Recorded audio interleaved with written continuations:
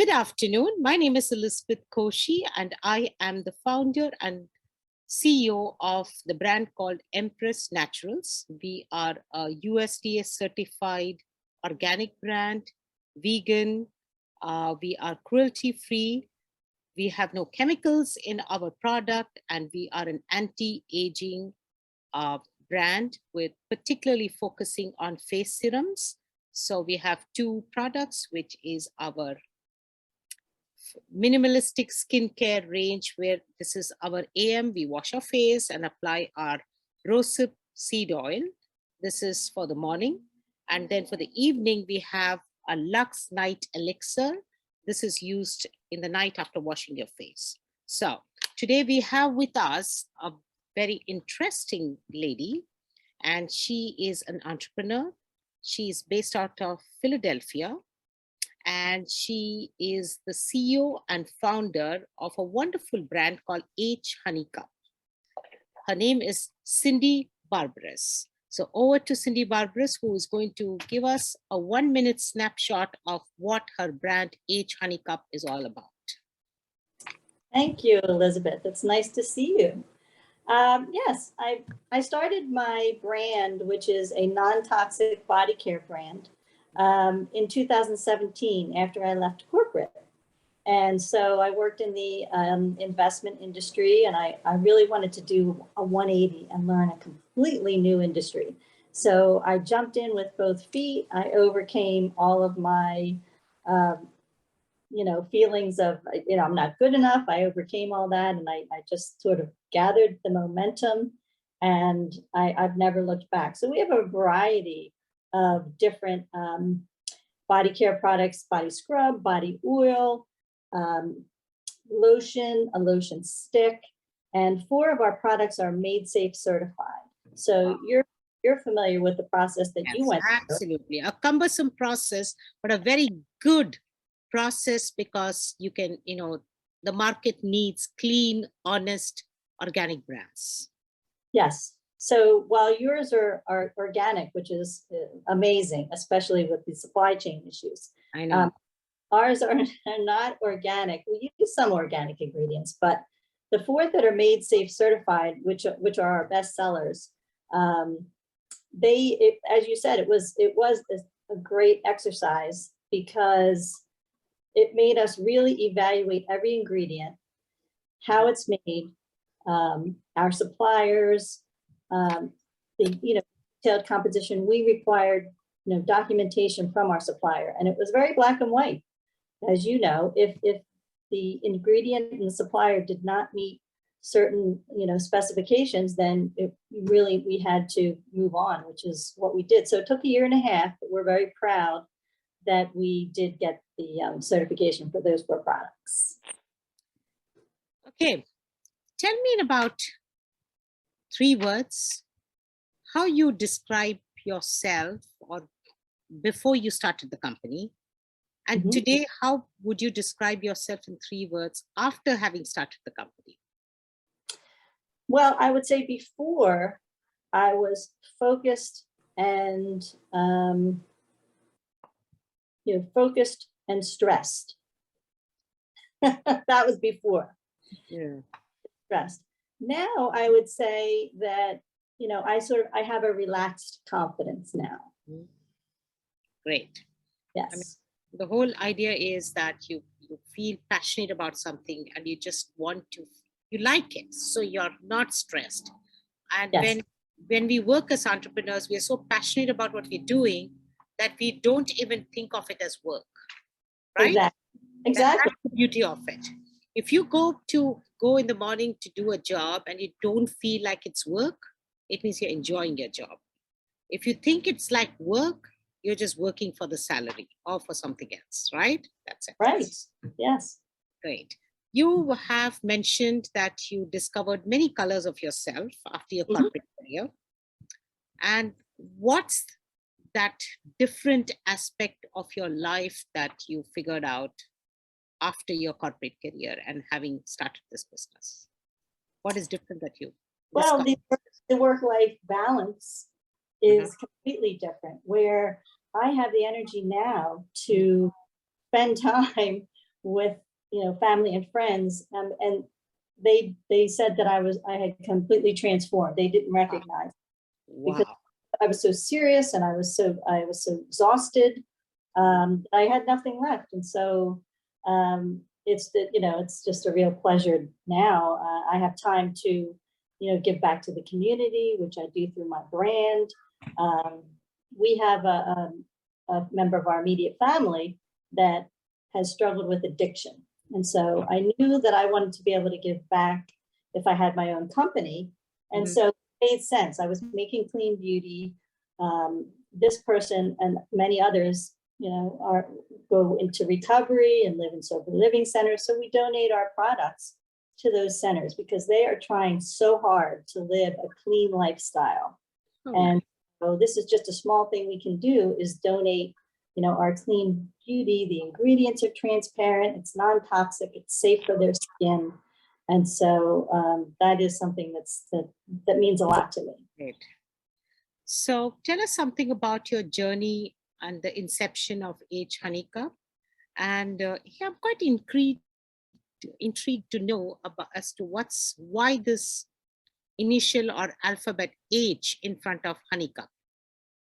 Well, I used to keep it a mystery, but now I now I confess that I just love the alliteration. H Honeycup, meaning I can use that H for anything. Like hello, I used to have hello bundles, just everything H. So then I paired it with the Honeycup, which is I made that because I really love honeysuckles and buttercups. So I Okay. combine those two for create Honeycup. Okay. Yeah. Other than sustainable and clean practices, what are the things you look when you incorporate into your products, Mhm. especially in the skincare body routine? I mean, other than I want to be transparent. And so, as I said, we really vet our suppliers very carefully. And so we don't use any animal byproducts. So of course we're vegan and cruelty free, also non-GMO, which is important for the environment. So we kind of try to use the Made Safe as kind of a guide, because they are always thinking about the safety of humans, animals, aquatic life, and the environment. So those are the same kinds of things that I think of when I'm thinking about the ingredients for, my products. How many products or SKUs do you have? And would you like to show the viewers some of your products? Sure. Probably have a dozen or so. And since I'm at home, I actually went into my own bathroom because it's 6 o'clock Eastern time right now. I know. So I went into my own bathroom and I grabbed, this is my own scrub that I use. Okay. And so this is an orange sunflower body scrub. And on the East Coast right now, there are a lot of sunflower farms that are in bloom that people love to go and visit. So yeah, so it's a sugar scrub, and it is our bestseller. It's something that is an exfoliator. It just smells so refreshing. You just rub it gently on your arms and it just melts off in the shower, and you have that refreshing orange scent. And then your skin is left very, very soft. So that's our bestseller. And on all of our labels, we have this take care message, which is an important part of our branding. You probably can't really see it now, but what it says is it talks about how with every purchase, you're helping someone who's suffering from addiction. And so it's really part of our mission. And so we have it on every single label. We also have, a hand lotion that is jasmine, and it's just a lovely, dreamy. I love jasmine. It's just so it almost smells sometimes like honeysuckles, which is, Yes. which is important to me. Now, there really is no honeysuckle essential oil or anything like that. It's very hard to create a natural honeysuckle scent. And so whenever I see that, I said, that's not real. If I see something that says, it's a honeysuckle scent, it's probably a blend of jasmine and other things. So we have a lotion stick too, which I don't have with me, but people love that because it's spill proof. Traveling. Right. you just throw it in your bag and you don't have any mess. You just, roll it right on. And one of our newest products is an insect repellent. What is it? Insect repellent. Okay. A year ago, we launched, and we thought that we were ready, and then we realized it just wasn't up to our standards. I mean, we wanted it to be non-toxic, but we wanted it to last. Like if you'll see a lot of essential oil insect repellents, they're natural, but they last half an hour. So this lasts 4 or 5 hours, and it has ingredients like oil of lemon eucalyptus, which is different than eucalyptus oil.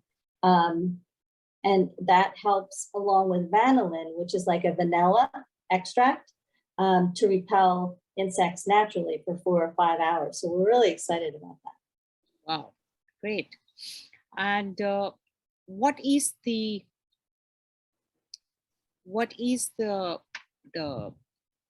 reason behind this whole journey of going clean conscious? Why did you decide to go this way of coming out with a product or a skincare range and which is clean and conscious? Well, I mean, to me, it was a no-brainer. I was always into, healthy living and eating clean. And so it made sense to me as far as, when I started, it was just starting to take off as far as clean and natural and vegan and sustainable. Now all those things are really almost requested and required by customers. So it just made sense to me that why would you put all these chemicals on your skin, which end up in your bloodstream? And I didn't have any personal health issues other than migraine headaches, but who knows whether that was skincare or it was stress, really, probably. So I think that everyone is now embracing, clean and natural. And the key is that these types of products can be highly effective, just effective, if not more, than skincare products that have all kinds of harmful chemicals. Absolutely.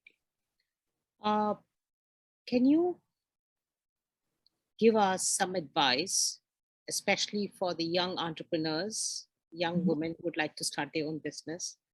Can you give us some advice that we can take to them? What if at all they plan to start a business, and what should it be? What's that advice that you can give to them? Well, I think one of the things that I learned early on after starting my business is there are no shortcuts. I thought, I have somebody who can make my products. And so I have a few products now, and I hired a PR firm. I hired a social media specialist. But what I realized was it's too soon is what happened. I mean, my business, it had to evolve. I had to live and breathe my business and allow it to develop a little bit before it kind of, gelled and became, what it is today. The branding changed, the messaging changed. We had a bigger, product offering.